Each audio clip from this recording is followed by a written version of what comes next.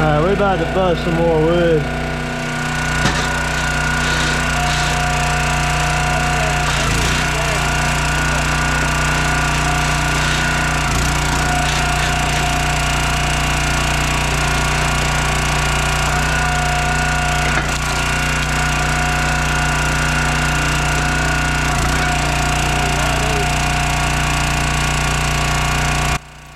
Me and Hunter have a pretty good system going here. You can see how I've got the wood rimmed around me behind where I'm sitting, and that's what I do. I take the mini you're going to see in a video, you've seen in a video before where I've done this, where I stack the wood around where I can just kind of reach over and grab it real easy and then throw it in the splitter. And then once we split this rim up, then I stack up a bunch more wood. But stay tuned at the end of this video. Talk to Hunter at great lengths about the firewood and the splitter that we're using and his business that he has and his YouTube channel. It's all pretty interesting, and to hear what all is said through at the end of the video down there. And then I'm gonna come back. It's currently pouring down raining here today. And I'm going to come back and I'm going to give some thoughts on firewood and being in the firewood business, and some advice and just different things that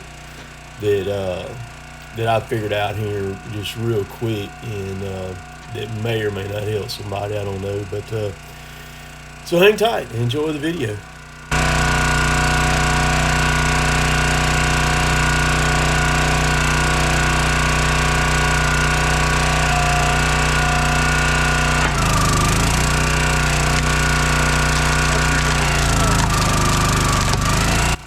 This is a piece of sycamore.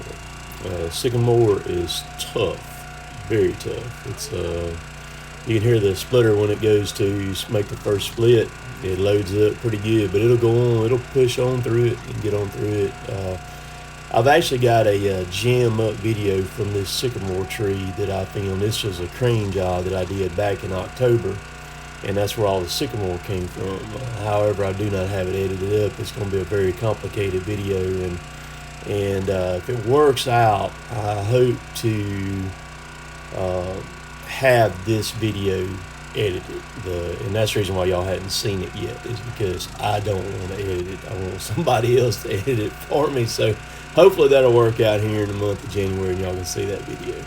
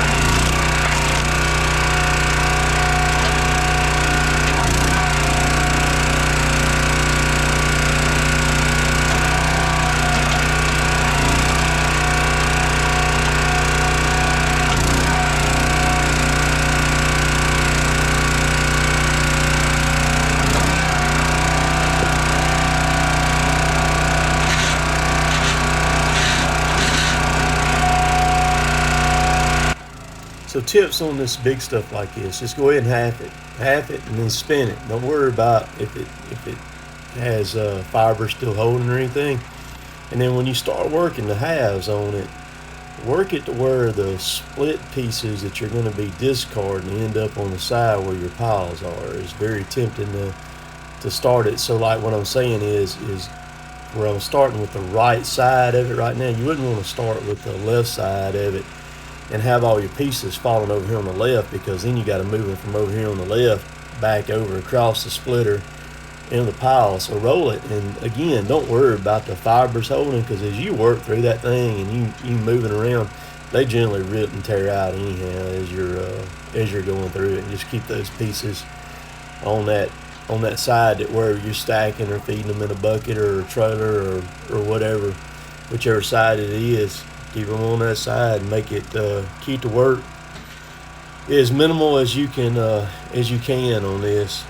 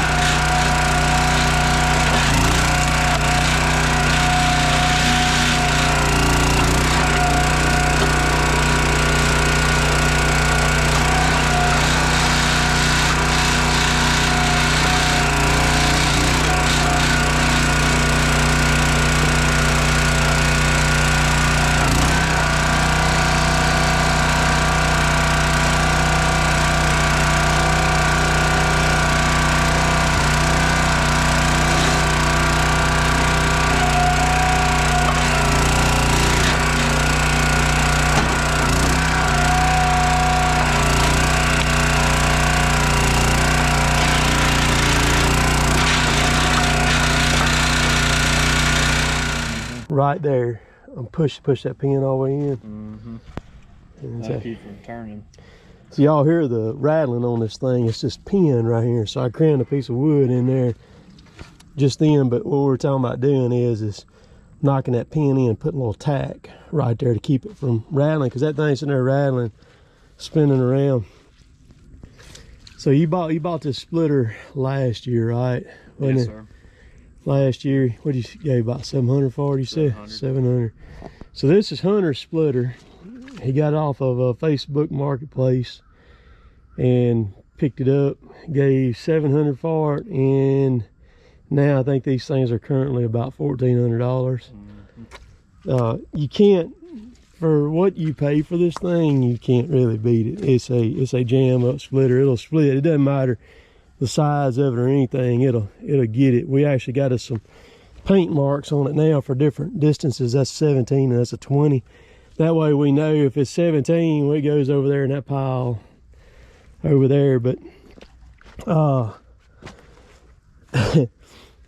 sure you get a lot of suggestions in videos. And of course, I do tell them I'm not going to fold it back. I got the piece of wood in there.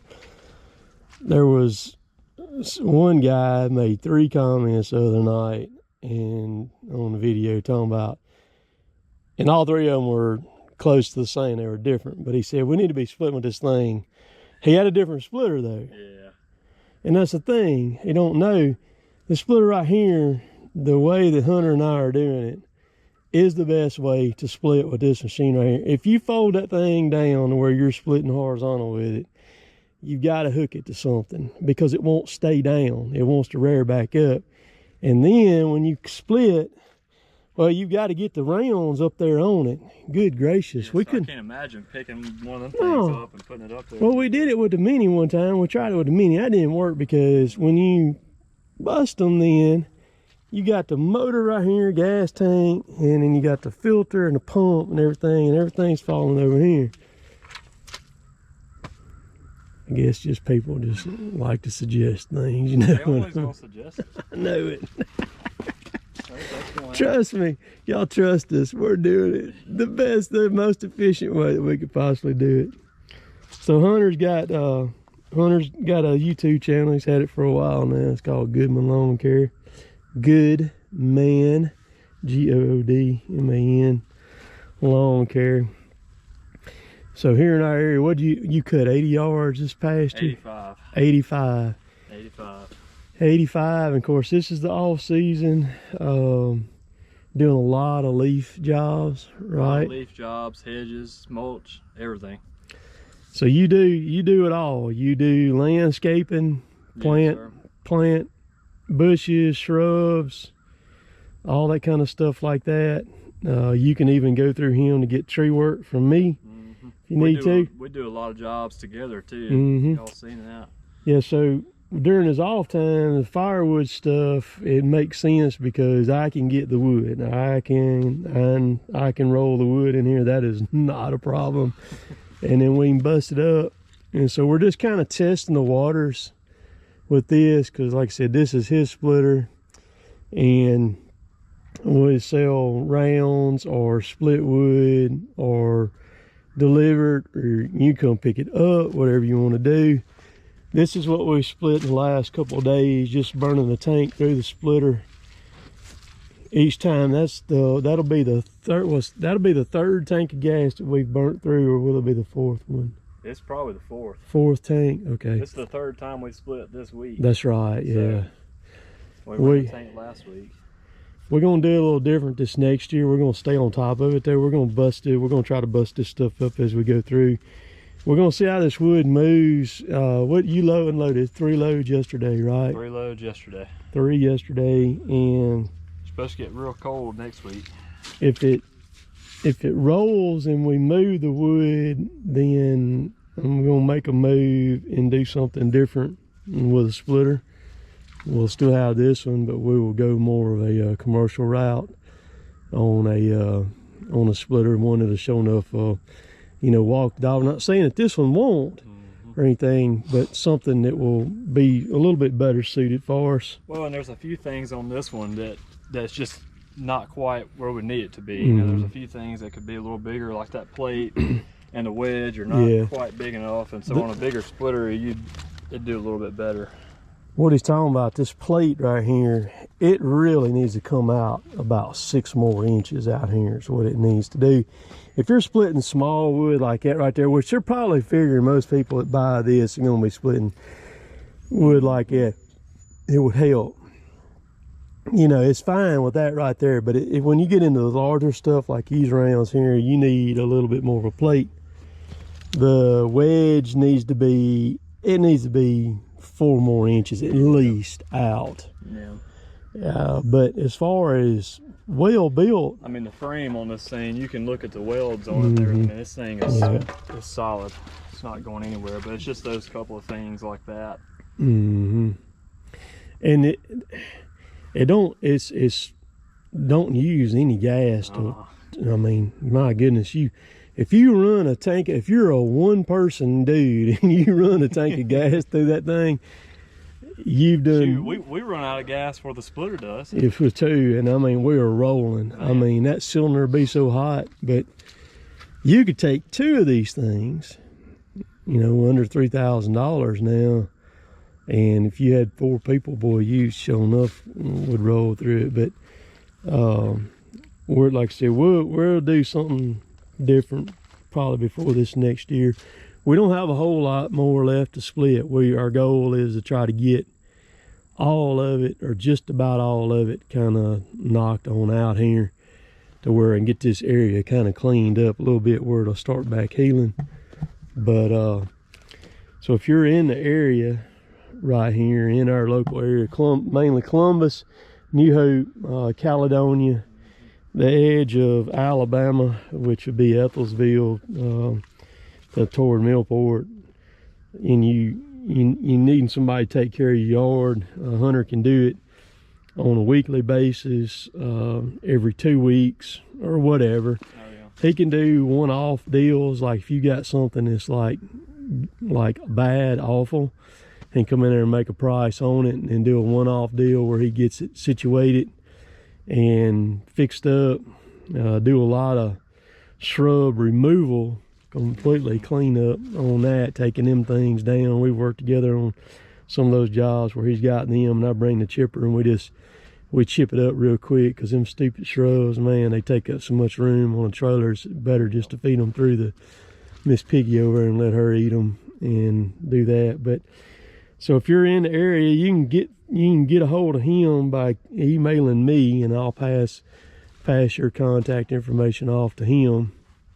And we'll be we're just about in January now, and we'll have all the people be jockeying for the lawn care stuff coming up. They'll be looking at that stuff probably February, early March. It'll be April. Some of the northern states up there around here, we'll be cutting grass by beginning of April, though. We'll be, if it keeps on these 70-degree days, we're finna be cutting grass again. That's right. That's right. Because this is kind of crazy, but I just want to share that with y'all. Y'all check out Hunter over there on his channel, and we'll try to get him to 1,000 subscribers if we can. So we're gonna fire up and get to busting here and knock some more out. Thank goodness for the Rotobeck and the mini excavator, man, because them rounds, gosh, there's no telling what them crazy things weigh. It's rough just moving them from here to here. Yeah, he's right. Terrible rough if you had to move them from where there all the way here. You couldn't do it by hand. You couldn't. It would kill you. You wouldn't get much done. I mean, like he said, 4 foot. That piece right there is probably 4 foot to the plate. And it's all, sometimes me and him can do that's about as far out as I like to stack them. I'll stack them out and get a rim of them like this. That's about as big as piece as we can move. Yeah, and so we'll hop on it and we'll bust up everything real quick. And then I'll jump on the mini, stack them up again, and then we'll go to busting again. But so you can, I guess the gist of this is you can make money doing anything, and you don't have to invest a lot of money to be able to have some income coming in. You know what I mean? I mean, it's obviously this is more work, But you can't, you know, a $14,000 splitter or something, you know, this takes a little bit more work, but it serves the same purpose. That's right. And with a $700 investment, you know, so that's the thing on that. And that's, well, I think one of my things that people benefit from videos there. So let's get back busy, honey.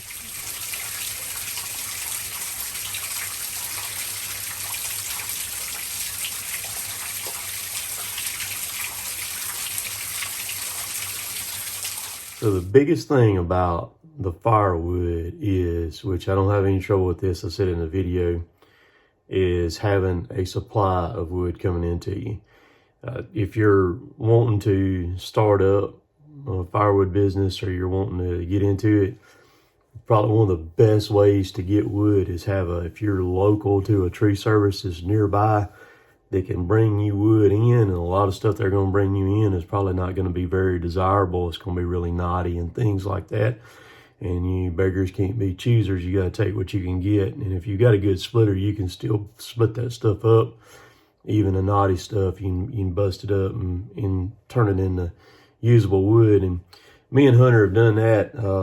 Been splitting up some really knotty stuff, and some of it I've gotten to where I'll just kind of go ahead and discard it because some of it is really, really rough. But that's the biggest problem. That's the problem that Hunter ran into last year. Trying to get wood, he figured out real quick that, you know, getting wood was going to be very challenging. Y'all have a great day. We'll catch y'all later. Later, taters.